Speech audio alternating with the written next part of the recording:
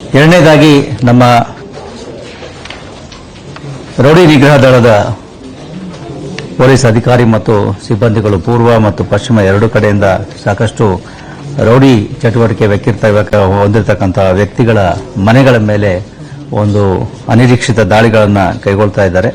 ಈ ಸರ್ಪ್ರೈಸ್ ರೇಡ್ಗಳಲ್ಲಿ ಅನೇಕ ರೌಡಿಗಳು ಯಾರು ತಲೆಮರೆಸಿಕೊಂಡಿದ್ರು ಅಥವಾ ಯಾರ ಮೇಲೆ ವಾರಂಟ್ಗಳಿದ್ದಾವೆ ಅಥವಾ ಯಾರು ಬೇರೆ ಬೇರೆ ಕಾರ್ಯಚಟುವಟಿಕೆಗಳಲ್ಲಿ ತೊಡಗಿದ್ದಾರೆ ಅಂತವರನ್ನ ಪತ್ತೆ ಹಚ್ಚುವಲ್ಲಿ ನಮ್ಮ ಸಿಸಿಬಿ ಪೊಲೀಸರು ಯಶಸ್ವಿಯಾಗಿದ್ದಾರೆ. ಇದನ್ನ ಇನ್ನು ವಿಭಾಗಗಳ ಪೊಲೀಸರು ಕೂಡ ಮಾಡ್ತಾ ಇದ್ದಾರೆ. ಮುಖ್ಯವಾಗಿ ಈ ರೌಡಿ ವ್ಯಕ್ತಿಗಳ ಮೇಲೆ ಮತ್ತು ರೌಡಿ ಚಟುವಟಿಕೆಗಳ ಮೇಲೆ ಸಂಪೂರ್ಣ ನಿಯಂತ್ರಣವನ್ನು ಹತೋಟಿಯನ್ನ ಪಡೆಯಲಿಕ್ಕೆ ಈ ವಿಶೇಷ ಕಾರ್ಯಾಚರಣೆಗಳು ನಿರಂತರವಾಗಿ ನಗರದಲ್ಲಿ ನಡೀತಾ ಇದ್ದೇವೆ.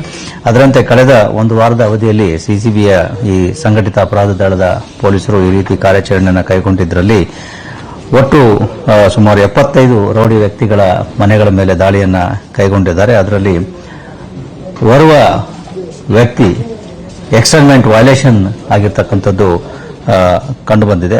ಆತ ನಗರದಿಂದ ಹೊರಗಡೆ ಹೋಗಲಿಕ್ಕೆ ಎಕ್ಸ್ಟರ್ನ್ಮೆಂಟ್ ಆರ್ಡರ್ ಆಗಿದ್ರೂ ಕೂಡ ಆತ ಈ ರೀತಿ ನಗರದಲ್ಲೇ ಇರತಕ್ಕಂಥದ್ದು ಕಂಡುಬಂದಿದ್ದು ಆತನ ಮೇಲೆ ಈಗ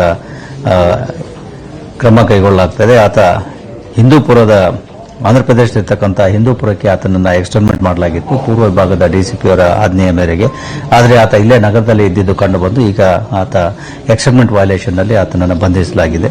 ಹಾಗೆಯೇ ಓರ್ವ ರೌಡಿ ವ್ಯಕ್ತಿ ಪ್ರೊಕ್ಲಮೇಷನ್ ಆರೋಪಿಯಾಗಿದ್ದು ಆತನನ್ನು ಕೂಡ ಪೊಲೀಸರು ಬಂಧಿಸಿದ್ದಾರೆ. ಹಾಗೆಯೇ 3 ರೌಡಿಗಳ ಮೇಲೆ NBW ವಾರಂಟ್ಗಳಿದ್ದು ಅವರುಗಳನ್ನು ಈಗ ಪತ್ತೆ ಹಚ್ಚಿ ಬಂಧಿಸಲಾಗಿದೆ. ಜೊತೆಗೆ ಅವರುಗಳ ಮೇಲೆ ಈ ಬೇಲ್ ಜಂಪ್ ಏನು ಸೆಕ್ಷನ್ 269 BNS ಇದೆ ಅದರ ಅಡಿಯಲ್ಲಿ ಅವರುಗಳ ಮೇಲೆ ಕ್ರಮವನ್ನು ಕೈಗೊಳ್ಳಲಾಗ್ತದೆ. ಜೊತೆಗೆ ಇಬ್ಬರು ವೃತ್ತಿನಿರತ ರೌಡಿಗಳೇನಿದ್ದಾರೆ ಸ್ವಲ್ಪ ಆಕ್ಟಿವ್ ಇದ್ದಿದ್ದರಿಂದ ಅವರುಗಳ ಮೇಲೆ ಪ್ರಿವೆಂಟಿವ್ ಆಕ್ಷನ್ ಅಡಿಯಲ್ಲಿಯೂ ಕೂಡ ಕ್ರಮವನ್ನು ಕೈಗೊಳ್ಳಲಾಗ್ತದೆ. ಇದು ನಿರಂತರವಾಗಿ ಆಗ್ತಾ ಇರತಕ್ಕಂತಹ ರೌಡಿ ಚಟುವಟಿಕೆಗಳ ಮೇಲೆ ನಮ್ಮ ಪೊಲೀಸರ ಪ್ರಹಾರ ನಡೀತಾ ಇರ್ತದೆ.